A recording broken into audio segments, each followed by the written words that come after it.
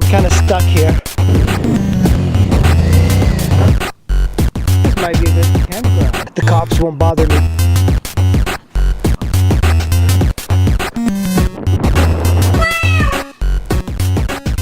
Just took my first crash here. Hey guys, today we are going to be riding this thing. It's a 2014 Honda cb500x. And you know, just looking at it, it barely has any miles on it. If we walk around, we notice that right away it's only got a single disc brake up front, but the brake up front is really good. You don't need it anymore. It's a budget bike, it's an economy bike, and it doesn't have any fancy things, but it's a really cool looking bike, I think.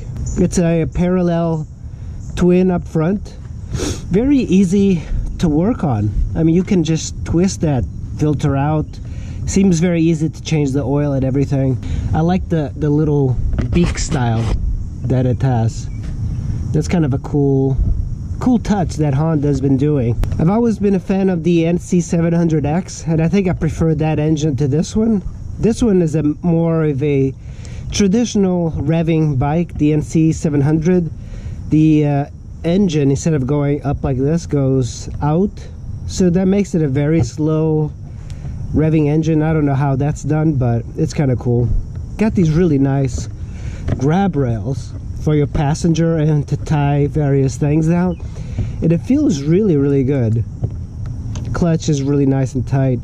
It's got a nice digital speedometer, and one thing I noticed that was really nice about the bike was that if you undo these bolts just slightly, you don't even have to remove them completely.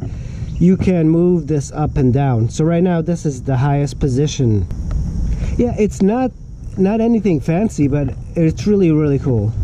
Now the one thing that I don't like, there's always things I don't like, is the gas tank.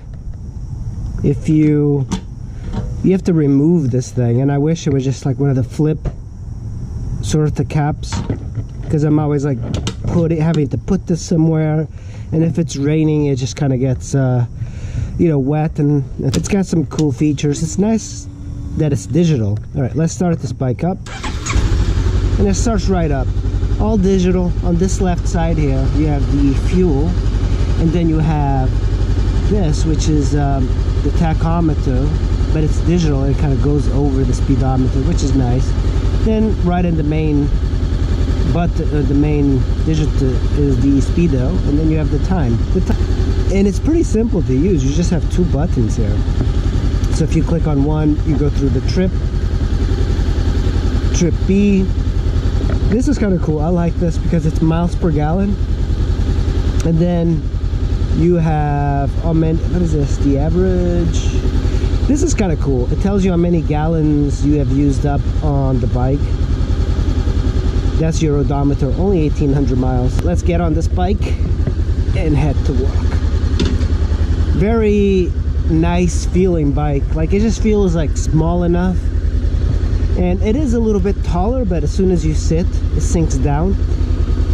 And it is just very simple, like not complex like modern bikes are these days. One thing that's annoying too is that the horn is located here and the turn signals are at the bottom. What tends to happen, most of the Japanese bikes have this flipped, so usually the turn signals are up here and the horn is down here, but I don't know why they decided to put this here, and it's so large too.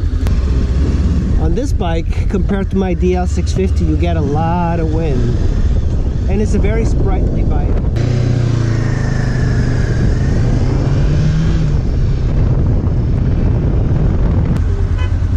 Sitting position is really good. You actually bend your legs down, so it's not, the V-Shram is more, you get the legs more vertical. This one, it kind of puts it back a little bit, and it feels a little sportier. You also have 17-inch wheels, which make getting rubber for this bike very easy. It's and it's great handling. It feels very much like a supermoto without a lot of power.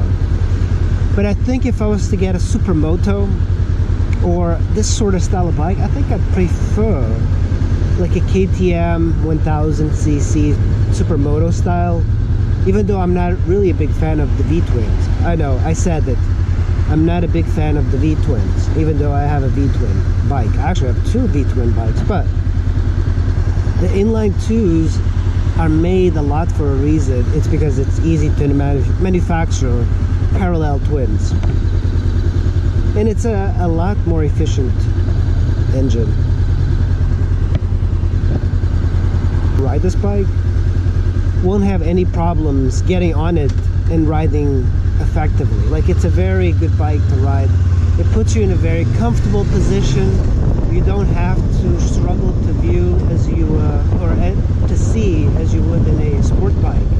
You can clearly see what's happening in the mirrors. Like, I don't even see my shoulders. I see a little bit of my shoulders, but most of the bikes I've ridden, especially sport bikes, it's like the mirrors are pretty useless because all you see is shoulder, and you have to kind of always move your shoulder in to kind of. This is just city riding, and it's bottoming out a little bit. I think I just got to make it a little bit firmer, but good bike, feels really good. There's some, you know, problems with it, but not many.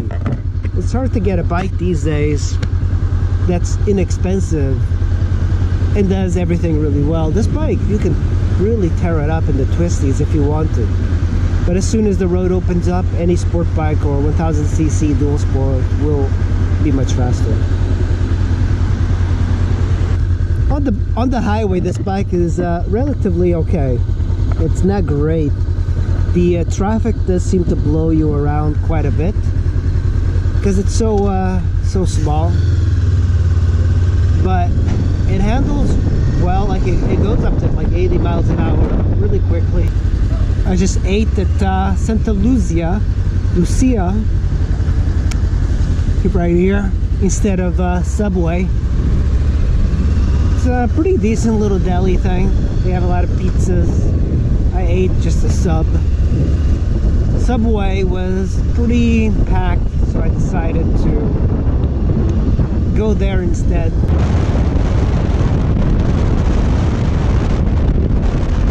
Comes the rain. I'm gonna my book bag.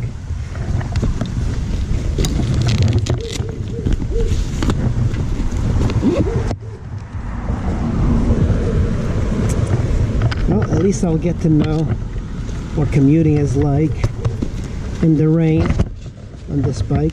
While the cb500x might look like a dirt bike, it's really not a dirt bike. Don't even try to make it ride off-road. It's not intended for off-road riding. It's very much like a V-Strom 650. It just looks kind of like it could go on the dirt, but really it won't. Maybe with a really great rider you could, but there's no point. This is not a bike for dirt. The MSRP of the cb500 is about $5,900, $6,000, and you can get a lot for your money, including a 4.5 gallon gas tank, which is really good. It's a pretty good sized gas tank.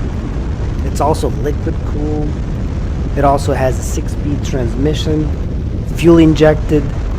It's got a decent amount of front and rear suspension. Even though it isn't a dirt bike, the suspension is really meant more for like city riding with like hitting potholes and bumps and things like that. This really helps out quite a bit. And it's got a really low weight of 430 pounds, fully wet and ready to go. The cb500x is a really good bike if you're looking for a standard bike that's a little bit more upright and you can take commuting in an occasional like dirt road. But it's really not meant for heavy off-roading, even though it looks like it could do it. The suspension is kind of weak, but that is what this entry-level bike is. It's an economy bike. You're not going to get the best equipment on this motorcycle at this price point. Well, that was my short review of a cb500x. It's a really good bike to start on, but you're not going to impress anybody with it.